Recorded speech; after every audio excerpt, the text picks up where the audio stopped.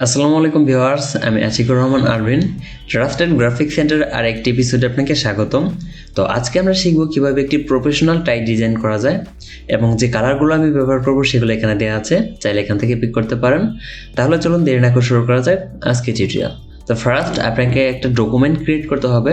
তারপর টুলস বার থেকে এখান থেকে শিফট টুলের উপর রাইট ক্লিক করলে এখানে পলিগন টুলটা সিলেক্ট করেন এবং শিফট প্রেস করে একটা পলিগন ক্রিয়েট করেন।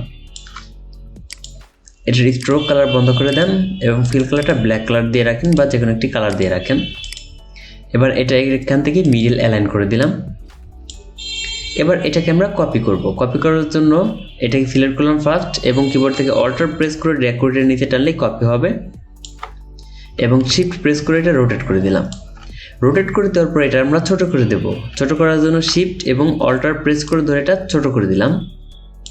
একটু জুম করে নেই, অল্টার হুইল ঘুরিয়ে এটা উপরে উঠিয়ে দিই। এবার এই কর্নারটা যাতে এই কর্নারটার সাথে মিলে এইরকম আমরা ছোট করেছি, তো শিফট এবং অল্টার প্রেস করে আরও ছোট করে দেই, লাইক এতটুকু। এবার একটা উপরে উঠায় একটু। এবার উপরে যে অ্যাঙ্কর পয়েন্ট আছে এটা আমরা ডিলিট করে দেব। তার জন্য টুলস বার থেকে পেন টুলের উপর রাইট ক্লিক করবেন, এখান থেকে ডিলিট অ্যাঙ্কর পয়েন্ট টুল এটা সিলেক্ট করেন। এই অ্যাঙ্কর পয়েন্টের উপর একটা ক্লিক করে দিলে এটা ডিলিট হয়ে যাবে। তো ক্লিক করে দিলাম, দেখেন এটা ডিলিট হয়ে গেল। এবার এখান থেকে মোড টুলে যাই, বাইরে একটা ক্লিক করি। এবার এটাকে সিলেক্ট করে কিবোর্ডের আপ অ্যারো প্রেস করলে এটা উপরে চলে যাবে, এটার সাথে এটা মিশিয়ে দেন। এবার কিবোর্ড থেকে Ctrl 0 প্রেস করেন, তাহলে এটা জুম আউট হয়ে যাবে। এবার এই নিচের তিনটা অ্যাঙ্কর পয়েন্ট আমরা এইটা নিচ দিকে আর বড় করব। তো এই তিনটা অ্যাঙ্কর পয়েন্ট সিলেক্ট করতে হবে, তার জন্য ডিরেক্ট সিলেকশন টুল সিলেক্ট করেন এবং তিনটা অ্যাঙ্কর পয়েন্ট সিলেক্ট করে এটা ক্লিক করে ধরে আপনি নিচে টানলে এটা বড় হবে, লাইক এত বড় আমি করে নিলাম। এত বড় করে নেওয়ার পর এবার আপনি কিবোর্ড থেকে Ctrl+R প্রেস করলে রোলার অপশন আসবে। এই কর্নার থেকে একটি রোলার টেনে দেন এটার এই পর্যন্ত এবং আরেকটা ক্লিক করে ধরে এটার এ পর্যন্ত দুইটা রোলার আমি নিয়ে নিলাম। এবার হলো ডিরেক্ট সিলেকশন টুলসে যান, এখান থেকে এই অ্যাঙ্কর পয়েন্টের উপরে একটা ক্লিক করেন, কিবোর্ড থেকে রাইট অ্যারো প্রেস করলে এটা রাইট দিক সরবে, লাইক আমি এতটুকু। এবং এটাকে সিলেক্ট করেন, লেফট অ্যারো প্রেস করেন, তাহলে এটা লেফট দিক সরবে। দুই সাইডে আমরা একই পরিমাণ রেখে দিই, এরকম রেখে দিলাম। এবং নিচে যে অ্যাঙ্কর পয়েন্ট আছে এটার মধ্যে ক্লিক করে আপনি ডাউন অ্যারো প্রেস করেন, তাহলে এটা নিচ দিক চলে যাবে। এবার এগুলো আমার দরকার নেই, সিলেক্ট করে ব্যাকস্পেস, এটা সিলেক্ট করে ব্যাকস্পেস। এবার হলে এই কর্নারগুলো আমি রাউন্ড করে দেবো একটু। তো এখান থেকে ডিরেক্ট সিলেকশন টুল সিলেক্ট করলাম, এই তিনটা অ্যাঙ্কর পয়েন্ট সিলেক্ট করলাম। এবার এই ডট যত টানবেন তত এটা রাউন্ড হবে। তো হালকা একটু টেনে দেন, আমি হালকা একটু রাউন্ড করে দেব, লাইক এতটুকু এনাফ, একটু রাউন্ড করে দিলাম। এবার হচ্ছে এটার মধ্যে যে কালারগুলো আমি অ্যাপ্লাই করব, এই তিনটা কালার আমি অ্যাপ্লাই করব। আর কিভাবে কালার পিক করতে হয় অলরেডি আমার চ্যানেলে একটি ভিডিও দেওয়া আছে, আপনি অনলাইন বা অফলাইন বা যে কোনো লোগো থেকে যে কোনো পিকচার থেকে কালার পিক করতে পারবেন খুব সহজেই, ভিডিওটা দেখে আসতে পারেন। তো এগুলোকে সিলেক্ট করে এখান থেকে আমি এই কালারটা দিয়ে দিলাম। এখন হচ্ছে এই দুইটা শেপ সিলেক্ট করলাম, কিবোর্ড থেকে আই প্রেস করলে আই ডবল টুল অর্থাৎ এই টুলটা সিলেক্ট হয়, এখান থেকে পিক করে এই কালারটা আমি দিয়ে দিলাম দুইটা শেপে। এবার হলো এটার মধ্যে টেক্সচার বা লাইন অ্যাড করব। তার জন্য এখান থেকে লাইন সেগমেন্ট টুলসটা সিলেক্ট করেন এবং একটা লাইন সেগমেন্ট নেন, শিফট প্রেস করে দেখেন লাইনটা সোজা হয়, একটু অ্যাঙ্গেলে নেন, অ্যাঙ্গেল একটা লাইন আমি ক্রিয়েট করলাম। এবার এটার স্ট্রোক কালার আমি হোয়াইট করে দিই এবং স্ট্রোকটা আমি মোটা করে দিই, লাইক 5 পিটি করে দিলাম। এবার এটাকে সিলেক্ট করেন, অল্টার প্রেস করে একটু জুম করেন, এটাকে আর একটা কপি করব। তো এটা সিলেক্ট করে অল্টার প্রেস করে ধরে একটু সরান, তাহলে আর একটা কপি হবে। এবার এটার যে স্ট্রোক কালার আছে স্ট্রোক কালারটা ফার্স্ট চেঞ্জ করে নেন, এটার উপরে ক্লিক করে স্ট্রোক কালারটা উপরে ওঠান। এইবার আই ডবল টুলটা সিলেক্ট করেন, এখান থেকে স্ট্রোক কালারটা সিলেক্ট করে দেন। দেখেন এটা ফিল কালার, এই কারণে এটার স্ট্রোক থেকে ফিলে কনভার্ট হয়ে গেছে। তো এখান থেকে সোয়াইপ করে দেন, তারপর এটার স্ট্রোক দেন আপনি হলো 7 পিক্সেল, আমি রেখে দিচ্ছি 7 পিটি, লাইক এরকম। এবার এটা আমরা একটা ড্যাশ লাইনের মতো করব, অর্থাৎ ড্যাশ লাইন ডিজাইনের মতো। তো ফার্স্ট এটাকে সিলেক্ট করেন, সিলেক্ট করার পর দেখেন এখানে স্ট্রোক লেখা আছে, স্ট্রোক লেখার উপর একটা ক্লিক করে দেন। তারপর এখান থেকে ড্যাশ লাইন একটা অপশন আছে, এখানে একটা চেক মার্কের অপশন আছে, চেক মার্ক করে দেন, লাইক এরকম চেক মার্ক হয়ে গেল। এবার কিবোর্ড থেকে Ctrl 0 প্রেস করেন, এটা জুম আউট হয়ে গেল।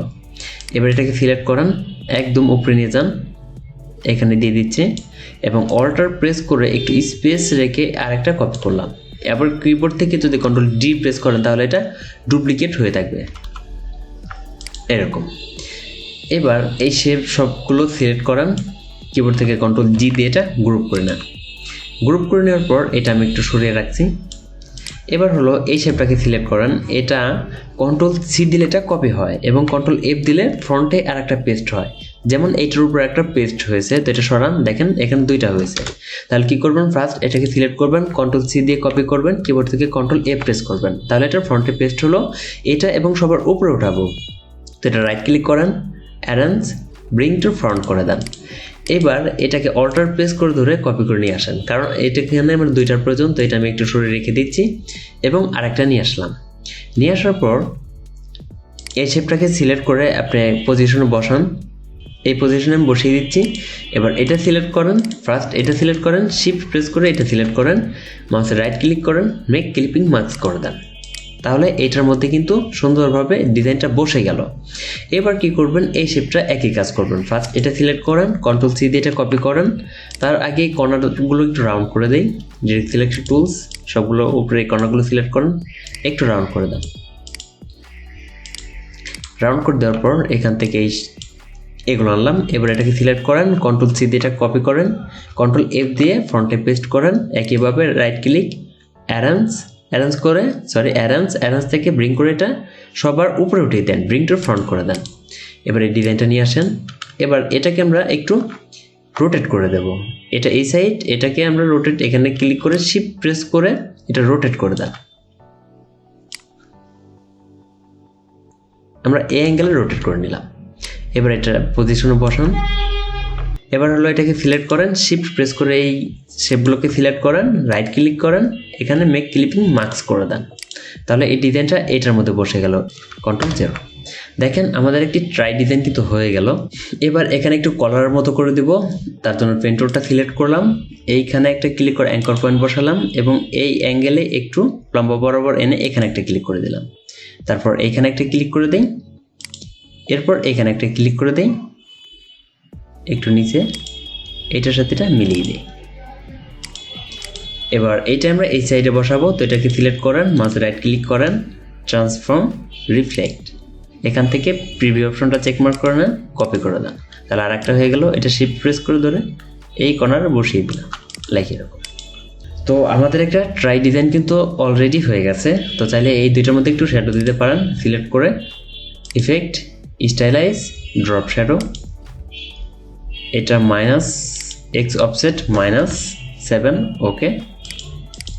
তারপর এটা সিলেক্ট করেন, ইফেক্ট, স্টাইলাইজ, ড্রপ শ্যাডো, এটা হলো +7, ওকে।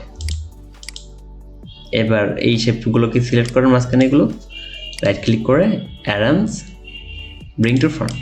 তো আশা করি ভিডিওটি আপনাদের কাছে ভালো লেগেছে। ভালো লাগলে অবশ্যই একটি লাইক করে দিবেন এবং আপনার মতামত অবশ্যই কমেন্ট করে জানাবেন। এ পর্যন্ত সবাই ভালো থাকবেন, সুস্থ থাকবেন, আল্লাহ হাফেজ।